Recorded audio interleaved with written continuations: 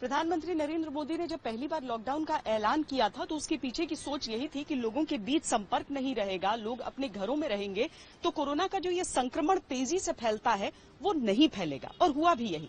लेकिन जो दिहाड़ी मजदूर थे, जो प्रवासी मजदूर थे, उनके लिए बहुत मुश्किल स्थिति आ गई, क्योंकि वो रोज कमाते थे, रोज खाते थे। जैसे ही जीवन के साधन कम होने लगे, वो अपने घरों की ओर निकलने लगे। रास्ते में ही कईयों ने अपनी उम्मीदें गंवाई, कईयों ने जान।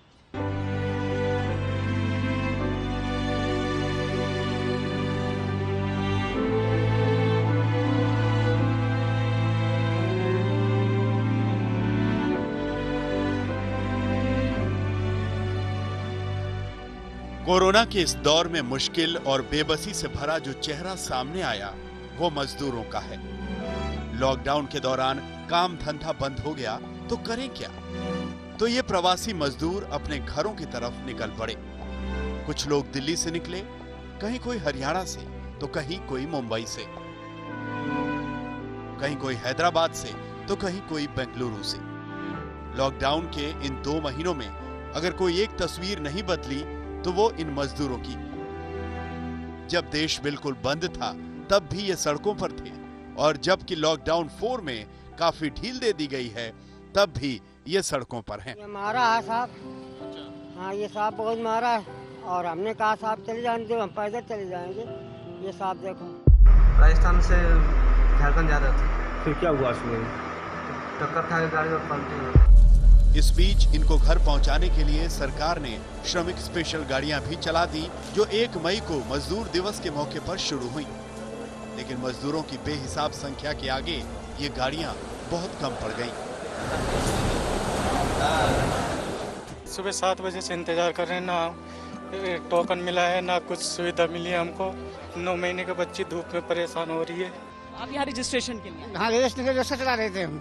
रिक्शा चलाते हैं? रिक्शा चला के वो जो खाने के लिए कुछ नहीं, लास्ट में रिक्शा ही बेच के खा गया।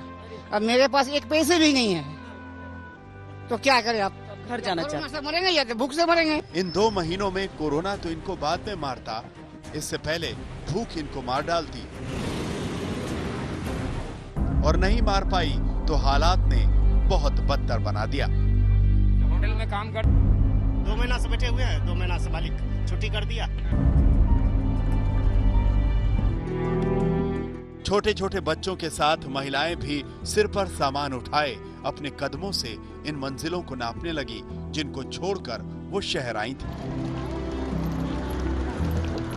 सरकार ने अभी तक मजदूरों के लिए 2000 से ज्यादा ट्रेनें चलाई हैं, लेकिन अभी भी 70% मजदूरों को घर वापसी का इंतजार है। रोज कुआं खोदकर रोज पानी पीने वाले इन मजदूरों के लिए लॉकडाउन के 2 महीने बहुत भारी बीते, और इसकी सबसे दर्दनाक तस्वीर ये रोटियां हैं जिन्हें कमाने के लिए 16 मजदूर अपना सब कुछ छोड़कर परदेश गए थे। रोटियां रह गईं, वो चले गए। महाराष्ट्र के औरंगाबाद के पास मालगाड़ी से कटकर 8 मई को 16 मजदूरों की मौत हो गई।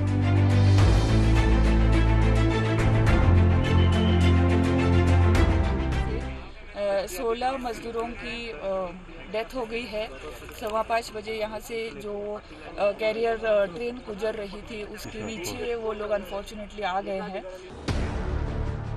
कोरोना के कारण तमाम कंपनियां बंद हो गईं। अब मजदूर क्या करें? कंपनी वाले मुफ्त में रोटी खिलाने से रहे, और इनके पास इतना संचित धन तो होता नहीं कि महीनों महीने बैठकर खा लें। इसीलिए मध्य प्रदेश के रहने वाले वो मजदूर घर जाने के लिए महाराष्ट्र के जालना से निकले थे। औरंगाबाद से भुसावल के रास्ते में जालना से करीब 40 किलोमीटर दूर बदनापुर और करमाट के बीच रेल पटरी पर सुस्ताना इनके लिए जानलेवा साबित हो गया। ये मजदूर चले गए, बच गईं तो वो रोटियां जिन पर राजनीति भी कम नहीं। ऐसे न जाने कितने हादसे मजदूरों की जिंदगी को मौत में बदलते गए।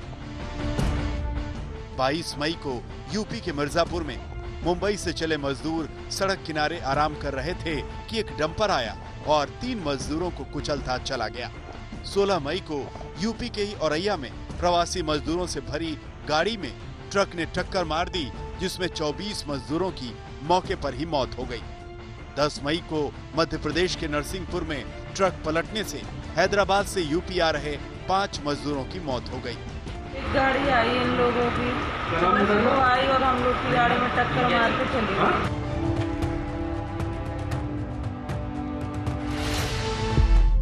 ऐसी एक लंबी सूची है, कहां तक गिनती करेंगे आप? अभी तक तो आपने देखा कि 2 महीनों में मजदूरों को सिस्टम ने कैसे पस्त कर दिया। अब आप देखिए कि कोरोना भी कैसे इन मजदूरों की जिंदगी को दूभर बना रहा है। लॉकडाउन में जैसे तैसे ये मजदूर घर तो आ गए, लेकिन इनके साथ आते चले गए कोरोना के वायरस। बिहार में कोरोना के अब तक 2263 मामले सामने आए। इनमें अपने राज्य लौटे संक्रमित मजदूरों की संख्या करीब 1200 हो चुकी है। इनमें भी दिल्ली से लौटे 333 मजदूर कोरोना पॉजिटिव मिले हैं। वहीं महाराष्ट्र से बिहार लौटे लोगों में 293 और गुजरात से आने वाले 212 मजदूरों के संक्रमित होने की पुष्टि हुई है। बिहार के मुख्यमंत्री नीतीश कुमार ने पहले ही इस खतरे को भांप लिया था, तभी वो चाहते थे कि मजदूर जहां हैं वहीं रहें। कि हम लोगों को अपनी जगह पर सुरक्षित रहना और कोई भी कारण से बाहर से आने वाले लोगों के चलते या कहीं से भी, एक व्यक्ति का आपको पता चला मुंगेर का, आप जानते हैं उनका तो निधन हो गया, लेकिन उनके चलते 11 लोग उनके अलावे प्रभावित हो गए।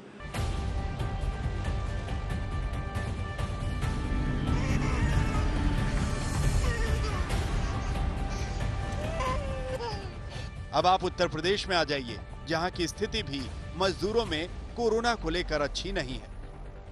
अब तक 20 लाख से ज्यादा मजदूर बस और ट्रेनों से यूपी लौटे हैं। करीब 10 लाख मजदूर वैसे भी हैं जो बगैर किसी सरकारी मदद के आए हैं। अब तक करीब 51,000 प्रवासी मजदूरों का कोरोना टेस्ट हो चुका है, जिनमें से 1,423 कोरोना मरीज निकले। और इतनी बड़ी संख्या में हम माइग्रेंट पॉपुलेशन को एट रैंडम सैंपलिंग भी कर रहे हैं, तो ये तो एक व्यवस्था है जो हमने अपना लिया है। कितनी संख्या आएगी, कितने पॉजिटिव निकलेंगे, हम कितना उनको उपचार कराएंगे, ये हमारा एक पूरा व्यवस्था बना हुआ, तो हम तो करते रहेंगे इसको। इसका अनुमान नहीं लगा पाएंगे कि कितनी संख्या आगे बढ़ सकती है, पर जो भी है हम उसको नियंत्रण में रखें। वैसे मजदूरों पर पहले दिन से ही राजनीति भी खूब हो रही है, लेकिन कोई ऐसी नीति नहीं दिखती जिससे इनकी जिंदगी में खुशियों का राज हो। आज तक ब्यूरो।